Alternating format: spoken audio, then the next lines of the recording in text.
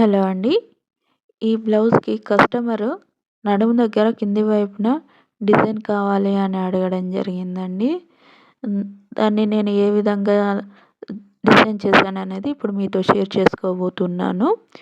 నేనైతే ఈ విధంగా డిజైన్ అనేది చేయడం జరిగిందండి. ఫస్ట్ మనము బ్లౌజ్ సెంటర్ పాయింట్ చూసుకొని కింది వైపున 1 ఇంచ్ దాకా నేను వి షేప్ ఇవ్వడం జరిగింది.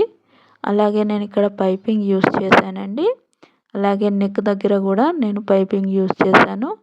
మీరు పైపింగ్ వద్దు అనుకుంటే బీడెడ్ లెస్ కూడా యూజ్ చేయొచ్చండి. ఇక్కడ నేను 1 ఇంచ్ దగ్గర షేప్ ఇవ్వడం జరిగింది. మీరు 2 ఇంచెస్ దాకా కూడా షేప్ అనేది ఇవ్వచ్చండి. అది మీ చాయిస్. ఈ బ్లౌజ్ ఫైనల్ లుక్ వచ్చేసి ఈ విధంగా అయితే ఉందండి. ఇది మీకు వేసుకున్న తర్వాత కంప్లీట్ న్యూ లుక్ అనేది ఉండడం జరుగుతుందండి. ఇక్కడ చూడండి. ఇందులో మీకు డిజైన్ క్లియర్‌గా ఉందని అనుకుంటున్నాను. ఈ విధంగా అయితే మనకు లుక్ అనేది ఉంటుంది. ఈ బ్లౌజ్‌కి ఈ లుక్ ఎలా ఉందనేది చెప్పడం మర్చిపోకండి. అలాగే నా ఐడియాస్ మీకు నచ్చినట్టయితే లైక్ చేయండి. Thanks for watching.